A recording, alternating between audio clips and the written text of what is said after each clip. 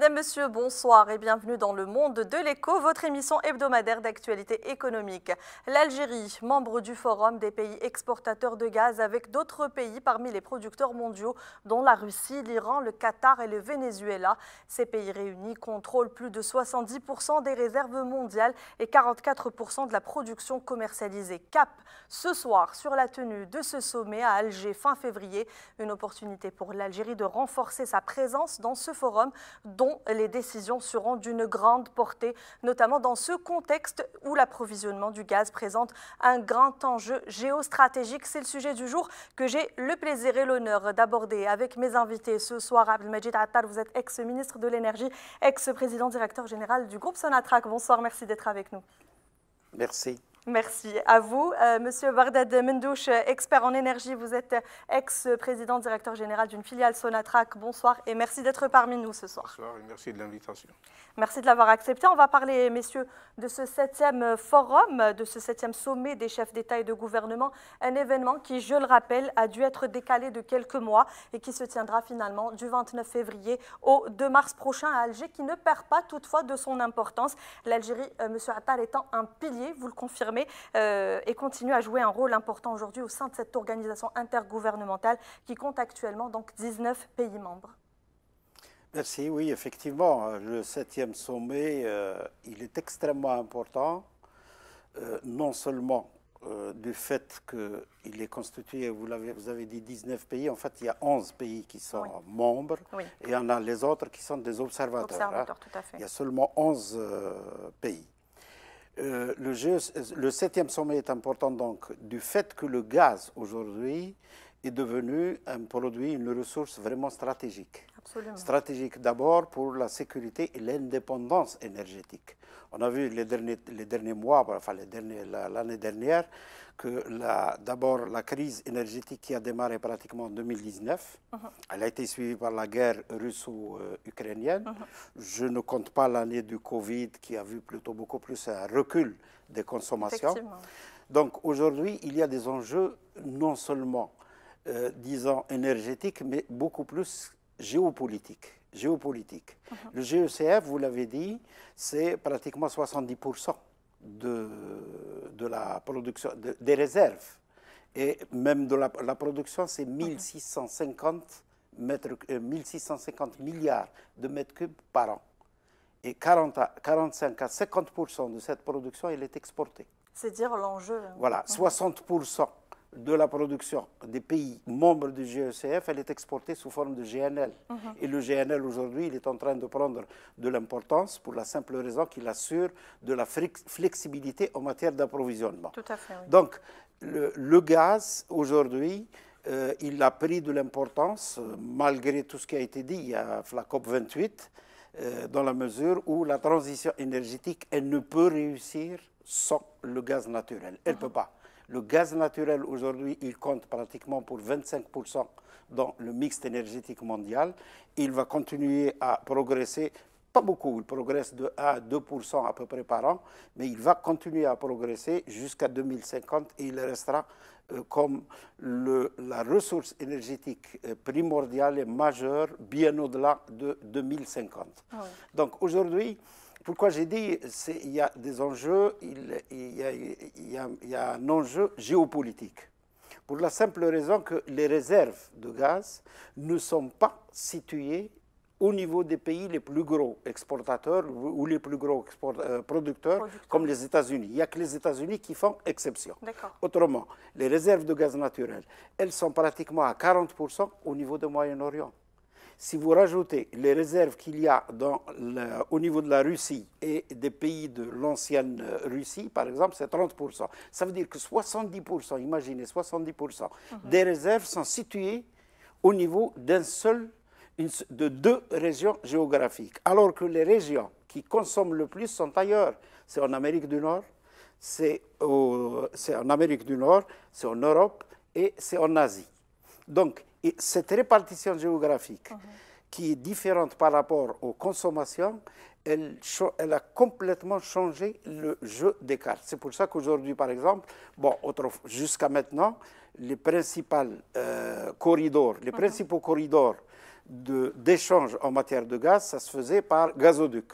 Mais aujourd'hui, le GNL est en train de prendre une importance extraordinaire. La preuve, aujourd'hui, par exemple, les États-Unis, qui ont accéléré la construction d'infrastructures, et ils continuent. Ils sont les premiers fournisseurs de l'Europe. C'est vrai. Et là, il y a des enjeux. Il y a des enjeux politiques derrière tout ce qui se passe en matière de gaz. Et c'est pour cela que le 7e forum du GECF, il va aborder des problèmes très sérieux. Que va devenir le GECF? Qu'est-ce qu'il va faire? Par exemple, est-ce qu'il va, par exemple, il y a certains qui disent qu'il va peut-être se transformer en OPEP du gaz. Oui. Personnellement, je pense pas. Je suis sceptique pour la simple raison que les politiques, les stratégies des pays membres ne sont pas les mêmes. Les alliances aussi ne sont pas les mêmes. Monsieur Mendoche semble être du même avis, en tout cas. Ça va être difficile. Mais il devra de toute façon, en quelque sorte, tenter de mettre en place une certaine cohésion entre les membres, de façon à défendre cette ressource, de façon à que cette ressource ne soit pas, par exemple, sujette à des événements ou, par exemple, des enjeux politiques qui puissent pratiquement déséquilibrer, en quelque sorte, les pays producteurs ou les pays possesseurs de ces réserves. Donc, tous ces problèmes-là vont être sur la table. Et c'est pour ça que ce 7e forum, il est extrêmement important. Et l'Algérie, vous avez raison de dire qu'elle joue un rôle important. Elle est pratiquement membre fondatrice de ce forum. Le secrétaire général actuel, il ne faut pas oublier que c'est un Algérien. Oui. C'est Mohamed Hamel. C'est un enfant de Sonatrach. C'est un ancien cadre de Sonatrach qui connaît parfaitement le marché énergétique de façon générale, dans la mesure où il était déjà, donc non seulement cadre supérieur de Sonatrach, mais il était aussi représentant de Sonatrach au niveau de l'OPEP pendant plusieurs années. Il connaît parfaitement le marché et donc l'Algérie va jouer certainement un rôle. Peut-être qu'on va arriver, par exemple, à un accord, par exemple, de celui de 2016. Le premier accord entre les pays OPEP à Alger en 2016, ça a été vraiment un éclat, une réussite de l'Algérie. Peut-être qu'on arrivera à un accord, pas du même genre, mais un accord aussi important entre les pays. Vous l'avez en tout cas souligné, M. Attal, la conjoncture, les conflits, les crises ont souvent démontré l'enjeu, vous le disiez, de l'énergie de manière générale et du gaz particulièrement, comme pendant, M. Mendoche, le conflit russo-ukrainien que vous avez suivi. On en parlait lors d'une précédente émission. La rupture approche en gaz pour l'Europe. J'aimerais qu'on en parle, mais qu'on parle justement de ce forum. Quelle opportunité dans ce contexte-là pour le GECF? Merci. Tout d'abord, je rejoins entièrement ce qu'a dit M. Attar pour le forum. Le forum, compte tenu du volume des réserves dont il dispose, ce sont des volumes de gaz en conventionnel. Comme a dit M. Attar, les États-Unis, c'est vrai, c'est le premier actuellement producteur de gaz et le premier exportateur, mais c'est du gaz non conventionnel. Absolument. Donc, un peu plus de 70% de ces réserves et un peu autour de entre 45 et 47% des moyens de transport par gazoduc sont détenus aux mains des pays membres du Forum.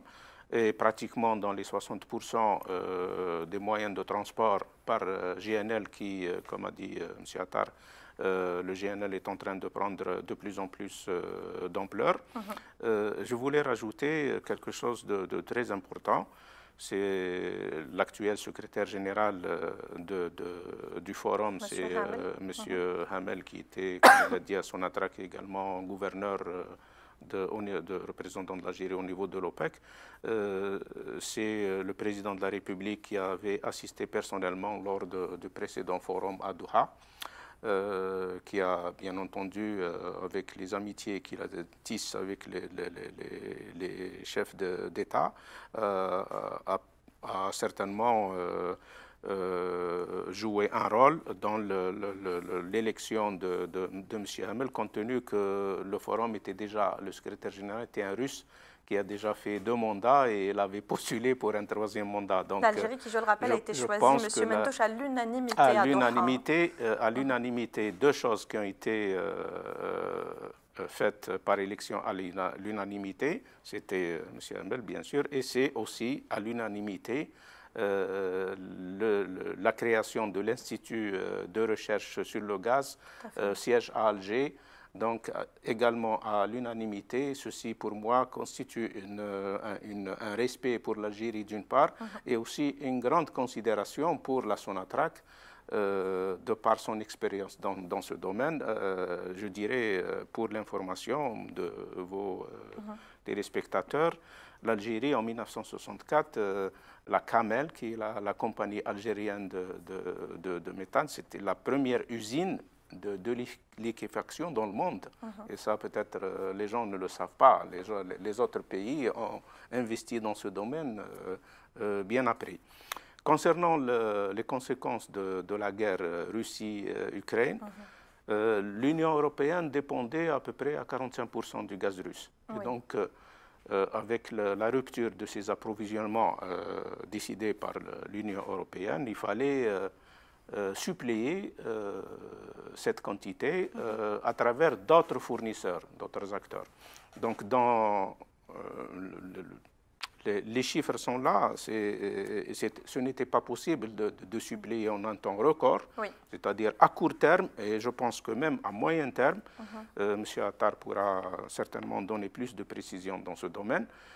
Il n'est pas possible de pouvoir suppléer à ces quantités. Tout d'abord, par le GNL, il faut des investissements pour les terminaux. Les pays même qui sont exportateurs tels que l'Algérie doivent pouvoir avoir des capacités de liquéfaction beaucoup plus importantes et une production beaucoup plus importante. Si je tiens par exemple comme exemple le Qatar avait déjà conclu des contrats avec ses clients européens, mais aussi avec ses clients asiatiques. Donc on ne peut pas du jour au lendemain avoir une quantité de gaz supplémentaire à donner, à satisfaire une demande importante. Tout à fait. Concernant le forum, pour moi, c'est une force de frappe très importante qui va avoir encore plus d'importance à l'avenir compte tenu que tous les magazines, et notamment le magazine mondial sur l'énergie, l'AIE, l'Agence internationale de l'énergie, les analystes de l'OPEC, disent que le gaz, la demande de gaz va progresser annuellement autour de 2%. Et d'ici à 2050, entre 22 et 25% de demande. Donc cela prouve que cette ressource va avoir de plus en plus d'importance. La COP 27 qui s'est tenue à Sharm el-Sheikh avait décidé de classer le gaz comme une énergie propre, au même titre que le nucléaire, sur pression ou intervention de la France. Je voulais vous faire réagir par rapport à ce qu'avait dit M. Attar par rapport à ça. Quel avenir, justement, selon vous, M. Mentouche, pour le gaz naturel dans le contexte, il le disait tout à l'heure, dans le contexte de la transition énergétique et de la lutte contre le changement climatique? Quelle place pour le gaz naturel aujourd'hui? Est-ce que ça reste inchangé? Il y a des chiffres. Les 30 dernières années, qu'est-ce qu'on constate? On constate que les énergies fossiles, pétrole, gaz et charbon, constitue pratiquement 80% de la consommation en énergie mondiale. Sur 2023, c'est autour de 82% pour les trois énergies. L'énergie la plus polluante, c'est le charbon. Maintenant, il y a des technologies de décarbonation de gaz. La Sonatrach le fait au niveau des champs, par exemple, de Ain Salah. Donc, l'objectif étant d'arriver à un gaz avec zéro carbone, donc qui devient un gaz vert, on va dire. La dernière conférence qui s'est tenue à Dubaï, la 28, sur la COP, donc la conférence sur le climat, c'est vrai qu'il y a 200 pays qui ont appelé pour une sortie de l'énergie fossile, mais les résolutions finales, c'était une transition énergétique. Non, ça n'a pas été retenu le terme de sortie. Ça d'une part. D'autre part, on sait bien que les résolutions de ces différentes COP ne sont pas contraignantes, c'est-à-dire qu'un pays qui ne les respecte pas ne risque rien. Il n'y a pas de contrat dans ce sens. Troisième élément, avec la crise de Russie, l'Ukraine, qu'est-ce qu'on a constaté? On a constaté que l'Allemagne a redémarré des mines de charbon qui polluent beaucoup plus que le gaz, et la France a redémarré une usine de charbon qui pollue beaucoup plus. Donc, ce sont ces pays développés qui polluent le plus.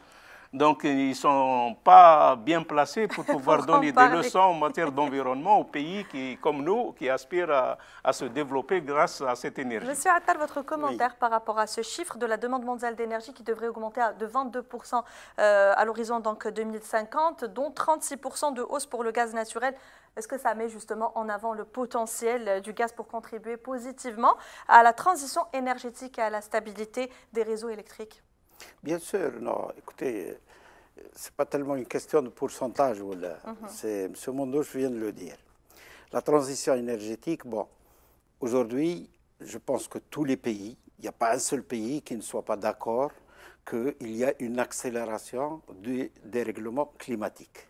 Et donc, il faudrait que chaque pays, que chacun, même au niveau du citoyen, chacun de nous doit faire quelque chose pour diminuer en quelque sorte son empreinte carbone, son empreinte sur le dérèglement climatique. Ça va de soi. Pour ça, tout le monde est d'accord. Il n'y a que comment faire, combien de temps ça va prendre et quelles sont les responsabilités. Je commencerai par les responsabilités. Les responsabilités, déjà, il y a un débat là-dessus. À un certain moment, en 2015 déjà, la responsabilité avait été acceptée que ce sont les pays les plus développés, ceux qui ont consommé le plus de ressources énergétiques, qui ont accéléré ce dérèglement climatique. Tout à fait, d'accord. Bien. En 2015, la conférence de Paris, c'était ce qui était admis. Puis par la suite, bon, avec les crises, avec la prise de conscience et la préoccupation des pays en matière de sécurité énergétique, ils ont commencé à dire, certains pays qui ont commencé à grincer des dents et dire, bon, écoutez, non, les pays producteurs, ils ont leurs responsabilités. OK. On a peut-être une responsabilité, par exemple. Mais moi, c'est ce que j'ai toujours dit personnellement, par exemple, c'est que bon, l'Algérie en a produit du gaz et du pétrole depuis pratiquement 1956. Mais qui a consommé ces énergies? Les pays développés. Ce sont les pays développés. Tout à fait. Nous, on a produit, peut-être qu'en produisant, on a effectivement contribué, de façon directe ou indirecte, mais ce sont ceux qui ont consommé la majeure partie de ces ressources qui ont contribué le plus au dérèglement climatique. Donc la responsabilité, elle n'est pas la même. Et c'est ce que défendent les pays, par exemple, producteurs. Ils se défendent, ils se sont défendus, même au niveau de la COP28, ils ont dit, écoutez, bon, nous, on va continuer à produire, d'abord parce que notre économie, on dépend. Tout à fait. L'économie de la majeure partie des pays producteurs d'hydrocarbures dépend. L'Algérie est un pays gazier. Et l'Algérie, exactement, comme l'Arabie Saoudite, comme le Koweït, comme tous les autres pays producteurs, le Venezuela, je prends même les États-Unis, pratiquement. Leur économie en dépend. C'est vrai. Bien, on a dit, la responsabilité n'est pas la même. Mais nous, on va prendre une part, mais simplement, nous, on va continuer à produire les hydrocarbures, mais on fait confiance. Au lieu de supprimer les hydrocarbures, on va faire en sorte que nous investissions dans les technologies de décarbonation. C'est-à-dire, on décarbone. Comme l'a dit tout à l'heure M. Mondouche, produire du gaz, parce que le gaz, il contient souvent du CO2. Oui. C'est ça le problème. Donc, il faut prendre ce CO2, il faut le stocker, et l'injecter dans des réservoirs. Ça se fait en mer du Nord actuellement. Tous les pays qui sont autour de la mer du Nord sont en train de travailler sur ça.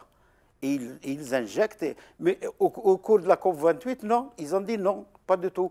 Il faut pas, surtout l'AIE. L'AIE, elle était vraiment contre. Elle a même déclaré non, les technologies du CCUS, c'est-à-dire le captage et stockage. Ce n'est pas une technologie fiable, elle ne va pas avancer, elle ne va pas permettre de décarboner. Bon, mais les pays producteurs d'hydrocarbures, ils se sont défendus, et c'est pour ça qu'on est arrivé à un accord plus ou moins, disons, qui a satisfait tout le monde dans la mesure où il n'y a pas d'engagement ferme. Oui. Il n'y a pas d'engagement ferme.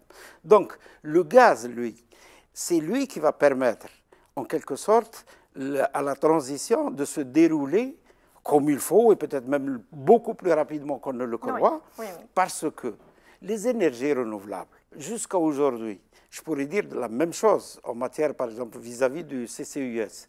C'est-à-dire les énergies renouvelables, il y a toujours le problème d'intermittence. Parce que si on veut faire des énergies renouvelables, et quand on veut faire du stockage pour faire face à l'intermittence, il faut pratiquement doubler les investissements. Parce que ce n'est pas avec des batteries simples, où il faut des capacités de stockage d'électricité. Oui. Or, aujourd'hui, les capacités de stockage permettent peut-être, par exemple, d'assurer l'éclairage, d'assurer certains usages. Mais pas, par exemple, imaginez une cimenterie. Vous allez la faire fonctionner avec de l'énergie solaire. Une aciérie, par exemple. Il y a certaines activités industrielles qui sont très lourdes, très importantes aussi dans l'économie des pays, et qui ne peuvent pas fonctionner sans le gaz naturel. Il n'est pas question que dans 10 ans, peut-être dans 20 ans, j'en sais rien, peut-être que la technologie va nous ramener quelque chose, mais ça reste une ressource primordiale. Donc, le gaz, il reste une ressource fondamentale, nécessaire pour assurer, il va accompagner les énergies renouvelables. Donc, tout le monde est pour investir. L'Algérie, par exemple, elle a dernièrement lancé un appel d'offres, un programme de 15 000 mégawatts. Il y a 2000 mégawatts qui sont déjà accordés. Il y a 1000 qui vont, je pense qu'ils l'ont été, les 1000, l'ancien projet de Solar 1000, et il y a 3000 qui vont être lancés pratiquement au début de cette année. Et on va continuer avec... Bien que, j'ouvre une parenthèse, 15 000 mégawatts, c'est peu. C'est vraiment peu. Personnellement, je considère que ce n'est pas avec ça, ce n'est pas avec les 15 000 mégawatts qu'on va assurer les besoins futurs de l'Algérie. Parce que 15 000 mégawatts à l'horizon 2035, ça va ramener quelque chose comme, je crois, une vingtaine de térawattheures, alors que la consommation électrique de l'Algérie, elle augmente entre 7 et 8% par an. Donc, ça va diminuer le recours au gaz, et ce qui permettra aussi de l'exporter entre nous. Donc, c'est tant mieux pour l'Algérie.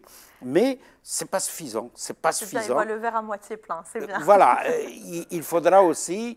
Il y a l'économie d'énergie. Moi, je rappelle, par exemple, j'ouvre une parenthèse, la COP28, elle a dit que d'ici 2030, il faut tripler les investissements en énergie renouvelable. Et il faut doubler les efforts en matière d'économie d'énergie. Et ça, oui, c'est une bonne résolution. Il faut y aller. Il faut y aller, y compris pour l'Algérie. Parce qu'on applique finalement les résolutions des COP, les différentes COP. Non, en matière d'énergie renouvelable, je crois que tout le monde a intérêt. Tout le monde. Tous les pays ont intérêt à appliquer effectivement du mieux qu'ils peuvent en fonction de leurs moyens. Je rappelle que l'Algérie, par exemple, elle s'est engagée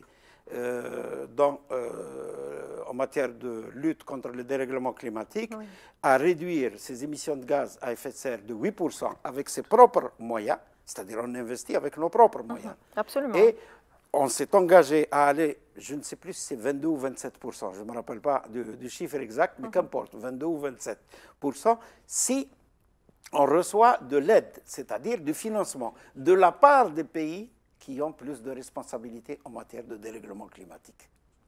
On reste sur notre fin dans ce cas-là. Monsieur Mendouch, Monsieur Atta nous parlait tout à l'heure des enjeux et des défis qui se posent à ce 7e forum. Quels sont selon vous justement ces défis qui se posent au GCEF? Avant de répondre à cette question, moi je rajouterais que le gaz n'est pas uniquement une source d'énergie, c'est une matière première pour l'industrie pétrochimique. Donc ça, on a souvent tendance à l'oublier. Et donc l'industrie pétrochimique, elle aura tout le temps besoin de gaz. Donc c'est ça pour fermer la parenthèse. Donc y compris les pays développés auront besoin, et tout se fait avec l'industrie pétrochimique, des plastiques, l'industrie automobile, etc. Donc les défis, moi je vois un défi, je dirais, primordial, c'est celui des financements, des besoins de financement. Je prends en exemple les découvertes d'il y a une dizaine d'années sur l'Afrique de l'Est, la récente découverte au niveau de la Mauritanie, parce que l'industrie du gaz, en fait, les investissements plutôt en matière de gaz pour construire une usine de liquéfaction, pour construire un gazoduc, ça demande beaucoup d'argent et ça demande un délai, 4-5 ans. Pour cela, il faudrait avoir des contrats avec des clients, des contrats long terme qui peuvent assurer à ce pays des rentrées sûres et certaines à l'effet de pouvoir financer ces investissements. Ça, je pense que le forum va trouver peut-être des moyens, puisque l'une des attributions du forum, c'est aussi un dialogue avec les pays consommateurs en matière de stabilité du marché, dans ses dimensions de prix, dans ses dimensions d'offres, de demande, de nouvelles technologies, pour stabiliser également au niveau des pays consommateurs la régularité de distribution de l'électricité, puisque beaucoup de centrales, oui. Beaucoup de pays européens, à l'exception de la France, comme je l'avais dit, où 75% d'électricité est de nucléaire, les autres, il y a toujours des centrales qui fonctionnent avec du gaz, y compris chez nous. Chez nous, sur 2023, 98%, ça provient des centrales qui fonctionnent au gaz et 2% du solaire, qui est pour le moment insuffisant. L'autre défi, c'est comment essayer de régler le problème de la sécurité d'approvisionnement en matière de transport. On assiste actuellement, j'espère que ça ne va pas durer, à des frappes au niveau de la mer Rouge. Oui. Et donc les bateaux, y compris les méthaniers, y compris les pétroliers, sont obligés de faire des contournements lorsque le marché vers l'Asie. Ils sont obligés de faire ce détour, et le détour maintenant va se faire à travers toute l'Afrique, par le bas, l'Afrique du Sud. Donc les délais vont doubler, donc automatiquement il y a des coûts supplémentaires, c'est des coûts de transport. Donc le consommateur final, il va payer plus cher son gaz. Donc ça aussi c'est un défi. Donc ça impacte sur l'approvisionnement. Ça impacte au niveau de l'approvisionnement en termes de délai d'approvisionnement et aussi en termes de coûts. Concernant est-ce que le GECF pourrait se transformer en OPEC, comme a dit M. Attar, moi je ne pense pas. Pourquoi? Non, parce qu'il y a des éléments. D'abord, les contrats de gaz sont des contrats à long terme, donc c'est des 20-25 ans, où le prix est fixé, la quantité est fixée avec une clause qu'on appelle le take-or-pay, c'est-à-dire le consommateur, s'il ne prend pas cette quantité, il doit la payer, et le fournisseur, qui sont les pays producteurs et exportateurs, s'engage aussi à livrer cette quantité. Les prix sont révisés tous les 2 à 3 ans selon les termes du contrat. Donc il n'est pas possible pour les pays qui ont ce type de contrat à long terme, c'est la plupart, de pouvoir agir sur la production, parce que l'OPEP, comment elle fait, ou l'OPEC plus actuellement, donc il décide de réguler, ou plutôt d'agir sur les prix du baril en diminuant la production, parce que les contrats pétroliers sont des contrats, disons, de court terme, à terme. Donc c'est possible de prendre cette décision, et c'est possible que les pays membres de l'OPEC décident de diminuer, comme c'est le cas actuellement. Oui. Il y a aussi des actions volontaires, c'est-à-dire que l'Arabie Saoudite, Russie, qui ont décidé volontairement, l'Algérie également, de diminuer pour pouvoir permettre au prix de ne pas descendre davantage. Si vous avez un contrat à long terme avec votre client, vous ne pouvez pas le faire. Vous ne pouvez pas diminuer, après vous serez traîné dans les tribunaux internationaux pour pouvoir payer ce non-engagement à livrer cette quantité. C'est ça. Et l'autre aspect qui est aussi pertinent, c'est ce qu'avait dit M. Attar. Pour le gaz, les pays membres n'ont pas tous les mêmes préoccupations, les mêmes enjeux, les mêmes intérêts par rapport au pétrole. C'est pour ça que c'est assez difficile que ça puisse se transformer en cette organisation. Toutefois, cette forme d'organisation telle qu'elle est, qui échange des expériences entre elles, entre les pays, soit membres ou observateurs qui vont devenir membres. Il y aura peut-être d'autres aussi qui vont rejoindre le forum. Ça va permettre à cette organisation de s'affiner davantage. L'Institut de recherche qui est dans le CSERA Alger va aussi livrer beaucoup d'échanges d'expertise, etc. Et ça va permettre à cette force-là de pouvoir s'imposer sur cette ressource et avec les pays clients et consommateurs. Dans le même ordre d'idée, vous parliez de coûts. Monsieur Attal, j'aimerais avoir votre avis sur les mécanismes qui pourraient être adoptés lors de ce forum pour remonter justement les prix du gaz qui ont quand même baissé depuis 2022. Oui, les prix ont baissé. Vous savez, peut-être un petit historique. Bon, les prix étaient pratiquement de 4 $ le million de BTU de 2016 jusqu'à 2020. Voilà. Ils sont restés pratiquement très bas. Hein. 4 $, c'est vraiment pas beaucoup. Oui. Aux États-Unis, ils sont descendus même à moins de 2 $. Ils sont remontés au cours de la crise, enfin de la guerre russo-ukrainienne, à cause de la demande européenne surtout, de la rupture des approvisionnements russes.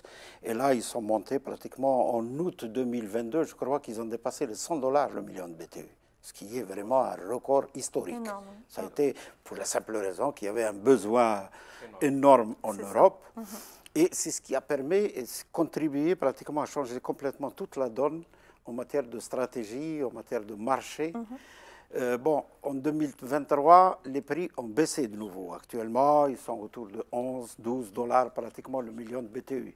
On se le disait en off avec M. Mendouche tout à l'heure, c'est-à-dire qu'à contrario, il y a une vague de froid en Europe qui s'installe et des prix du gaz qui baissent. Oui, la vague de froid, elle est récente, attention. Mais jusqu'à décembre, le climat a été exceptionnellement doux. Donc ça pourrait changer. Il y a ça, il y a plus aussi les réductions. Je vous ai dit, cette crise énergétique qui a démarré en 2019 et puis impactée par les différents événements géopolitiques, ils ont entraîné les pays consommateurs à revoir complètement leur politique d'approvisionnement et de consommation. Le modèle de consommation est en train de changer. C'est vrai. L'Europe a diminué sa consommation gazière l'année dernière de 18%. Elle n'avait pas le choix. 18%. Donc, l'Allemagne, aujourd'hui, j'ai vu il y a quelques jours, 60% d'énergie renouvelable. L'Espagne, 50% d'énergie renouvelable. L'Espagne achète du GNL, des États-Unis, même de chez nous, et elle le revend. Elle le revend, elle redistribue encore, vous voyez un petit peu. Alors qu'avant, non, elle consommait pratiquement tout ce qu'elle importait. Donc, il y a des choses, ça a complètement changé. Maintenant, ce prix-là, mais il ne va pas rester à ce niveau, pour la simple raison que le gaz a pris de l'importance. Moi, si vous permettez, je vais revenir au GECF. Quelle est l'importance? Parce que c'est ça, c'est le sujet de la... Oui. Il ne peut pas, à mon avis, devenir une OPEP. Si ça le devient, c'est tant mieux. Hein. Ce serait extraordinaire parce qu'il y aura une coordination, une certaine cohésion. Mais le 7e forum devrait étudier sérieusement ce qui s'est passé au sein de l'OPEP+, depuis pratiquement 2016. Il y a eu quand même une cohésion extraordinaire entre les producteurs. Ça leur a permis de défendre le marché. C'est ce qui a permis, c'est grâce à l'OPEP+, et la cohésion qu'il y avait à l'intérieur, même si parfois ce n'était pas dans l'intérêt dans tel ou tel pays, par exemple, de baisser la production, mais ça a permis de défendre le prix. Il y avait une cohésion. Il y a un enjeu diplomatique, si je vous écoute. Bien sûr. C'est pour ça que je dis, si le 7e forum se penche sur ce problème-là, sur cette voie, d'essayer de mettre en place à l'avenir en matière de gaz, c'est-à-dire une cohésion entre les différents pays producteurs. Pourquoi? Parce que les réserves mondiales, elles sont importantes. Il y a beaucoup de gaz dans le monde, hein. Il n'y a pas de problème de réserve. Les capacités de production, elles sont énormes aussi. Le monde consomme aujourd'hui à peu près 4 000 milliards de mètres cubes de gaz par an. Hein? Et d'après les statistiques, ça va rester à peu près la même chose. Ça va augmenter de 1 à 2%, mais pas beaucoup. D'accord? Mais il y a des risques de compétition extraordinaires entre les pays producteurs. Nous, par exemple, je prends l'Algérie, hein, on produit un peu plus on commercialise un peu plus que 100 milliards, c'est entre 105 et 110 à peu près, moitié pour le marché intérieur, moitié pour l'exportation. Le Qatar, lui, il fait 2 ou 3 fois plus. Hein? La Russie, kiff, et ainsi de suite. Enfin, il y a bien d'autres pays. Donc, c'est-à-dire qu'il risque d'y avoir une compétition. Et le forum des pays des exportateurs doivent essayer de mettre en place une certaine cohésion entre eux à travers des mécanismes, à travers des accords, des consultations, de façon à ce que la compétition entre pays membres du forum ne mette pas en péril le prix du gaz. Sinon, dans les années à venir, le prix du gaz il peut descendre, il peut revenir à 4 $. Hein. Oui, oui. Le ce million serait de BTU. dramatique. C'est extrêmement important. Oui. Et je pense que les membres du forum, ils sont conscients. Ils sont conscients de cela. Aujourd'hui, parce qu'il y a une grosse compétition entre les pays du forum et les États-Unis. Les États-Unis, aujourd'hui, c'est les premiers producteurs de gaz. C'est les premiers exportateurs. Et ils sont mais on en train on parle de gaz non conventionnel. Hein. Oui, peu importe, hein, c'est la même chose. Ben, écoutez, c'est du gaz C'est naturel. du gaz, après tout. c'est du gaz naturel. Aux États-Unis, maintenant. C'est du méthane et de l'éthane. Hein. C'est tout. Gaz conventionnel ou pas. non conventionnel, c'est exactement pareil. Eux, ils ne se font pas. Les États-Unis, les Américains, c'est business is business. Business is business. Il n'y a pas de... Oui. Donc, là, ils sont en train de dominer le marché européen. C'est le premier fournisseur, c'est le premier exportateur de GNL vers l'Europe. Et ils n'ont pas intérêt, les Américains demain, dans les années à venir, ils n'ont pas intérêt à ce que quelqu'un d'autre vienne les concurrencer ou domine le marché. Ils veulent, l'objectif des États-Unis est de dominer à l'avenir le marché gazier. Et les pays du forum, ils ont intérêt à se mettre d'accord pour qu'il y ait une cohésion à l'intérieur. On n'est pas, ils ne seront pas l'OPEP du gaz, mais il y aura au moins une cohésion, des mécanismes de façon à ce qu'ils puissent s'entendre que le marché gazier puisse être stable. On ne veut pas, parce que ça ne sert à rien de lancer, par exemple, de faire en sorte que le marché atteigne des prix extraordinaires qui va créer des crises économiques dans le monde, qui va créer pratiquement, qui sera contre-productif. Plus ce sera cher et moins il y aura de consommation dans le monde. Donc il y a intérêt à ce que le prix soit raisonnable. Et que ce soit stable et constant. C'est ça qui est important. Chantal, faites bien de parler des États-Unis très rapidement. Nous arrivons presque à terme de notre émission. Vous savez, vous avez dû suivre certainement le ministre de l'Énergie qui annonce un accord dans les prochains jours avec le géant américain ExxonMobil. Quel sera donc, selon vous, l'apport de ce grand acteur énergétique mondial pour l'Algérie? Là, vous m'obligez de parler de gaz non conventionnel. Parce que je ne vois pas d'autres... Écoutez, les réserves en Algérie, bon, on les connaît, tout le monde les connaît, ce n'est pas un secret de polichinelle. C'est autour de 2300 milliards de mètres cubes conventionnels en place actuellement. Enfin, en place, récupérables. Prouvés, récupérables, qu'on va produire. Ce n'est pas avec ça qu'on va assurer notre sécurité énergétique, notre transition énergétique d'ici 2035, 2040, 2050. Donc, on est obligé d'aller chercher ailleurs, c'est-à-dire de renouveler nos réserves, si possible avec du conventionnel, bien que moi, je vous le dis, très franchement, le conventionnel, il ne reste pas grand-chose. Il y a encore à découvrir en Algérie, mais c'est des petits gisements, ce qu'on est en train. Mais ce qui reste, c'est le gaz non conventionnel. Moi, je suis pratiquement certain que ExxonMobil est intéressé par le gaz non conventionnel. ExxonMobil, Chevron, Occidental, etc. Ils étaient intéressés déjà bien avant le Covid. C'est-à-dire pendant les années entre 2016 et 2019, ils étaient intéressés. Puis après, il s'est passé tout ce qui s'est passé dans le monde. Donc on y va inévitablement. Bon, on y va. C'est bien. Moi, je considère qu'il faut y aller, sauf qu'il y a des précautions à prendre.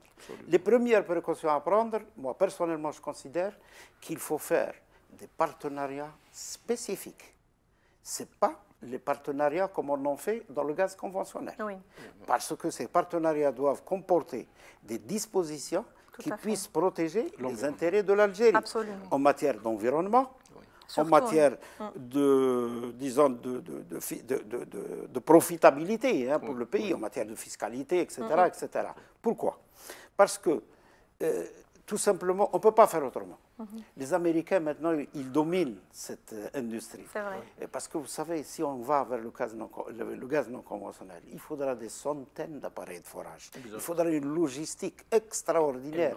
C'est une logistique vraiment... Parce que quand vous commencez à forer le premier puits, vous êtes obligé d'aller jusqu'au bout. Sinon, vous perdez tout ce qui précède. Parce qu'on fait un puits, il produit pendant 5 ans, 6 ans, 7 ans, ça dépend de la région. Hein. Et puis après, il ne produira plus rien. Donc, dans les 5 ans, il faudra qu'il y ait d'autres puits. Et ainsi, si vous faites un puits, il faudra un puits de remplacement. Si vous faites 10 puits, il faudra 10 puits, et ainsi de suite. Donc, et comme il faut faire des centaines, des milliers de puits, les États-Unis font pratiquement 15 à 20 000 puits par an. D'accord. Voilà. Oui, alors que nous, on fait une centaine de puits, développement, exploration, etc. Donc, c'est un enjeu extraordinaire et on a besoin effectivement de sociétés qui sont technologiquement, financièrement c'est un géant, capables. De toute façon. C'est un géant. Exxon est un géant, il n'y a rien à dire là-dessus. On va y aller très rapidement, mais essayez d'être court. L'installation justement d'ExxonMobil dans d'autres pays a directement suivi par plusieurs investisseurs. Est-ce que vous pensez que ce sera le cas pour l'Algérie? Oui, ExxonMobil, c'est la première compagnie privée au monde.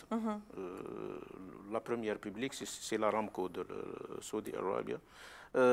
ExxonMobil, c'est elle qui a découvert pratiquement les principaux champs de gaz au niveau de l'Afrique de l'Est. Et donc, ExxonMobil et Chevron ne sont jamais venus en Algérie, enfin, en termes de contrat. Si, Mobil, elle était là pendant les années 70, 80. Je parle de la loi 1986 à maintenant. Et puis l'incitation aussi, c'est la loi sur les hydrocarbures de 2019 qui a repris des clauses excellentes de la loi de 1986 sur les hydrocarbures, je parle. C'est cette loi qui a permis, si j'ai bonne mémoire, de découvrir presque 500 découvertes et le champ de Hassi Berkine, qui est le deuxième champ après celui de Hassim Saoud. Donc si vous voulez, cette loi-là, elle est vraiment attractive dans son domaine financier, dans le domaine des impôts, dans sa simplicité, sa flexibilité, dans les types de contrats, contrats partage de production, contrats de participation, contrats à risque. Et donc là, je pense que Occidentales sont déjà là, avec la Sonatrach à Berkine. Je pense que dans les prochaines semaines, il y aura un accord ou un contrat ou une convention. C'est ce qui a été annoncé par le ministre. Et ça sera la locomotive pour pouvoir ramener d'autres sociétés. Je dis que la Sonatrach, elle a déjà des partenaires. Il y a le groupe Uni, il y a le Repsol, il y a Total, il y a deux sociétés chinoises, la grande société, CNPC, Sinopec, il y a Rosneft, il y a Gazprom. Il y en a beaucoup. Donc, ce n'est pas le désert. Hein. La Sonatrach a déjà des partenaires, mais avec ExxonMobil, c'est un signal très fort de l'attractivité du domaine minier algérien. Merci beaucoup, M. Barded Mendouche, d'avoir été avec nous. Je rappelle que vous êtes donc expert en énergie, ex-président directeur général d'une filiale Sonatrach. Merci, M. Abdelmejid Attar. Vous êtes ex-ministre de l'énergie, ex-président directeur général du groupe Sonatrach. Et vous avez bien d'autres titres à votre actif. Merci d'avoir été avec nous. Merci, messieurs, pour ce débat très enrichissant. Merci à vous, mesdames, messieurs, de nous avoir prêté attention. On se retrouve jeudi prochain pour un autre numéro du Monde de l'écho. D'ici là, passez une très bonne semaine sur LRT Sadi Al Oula.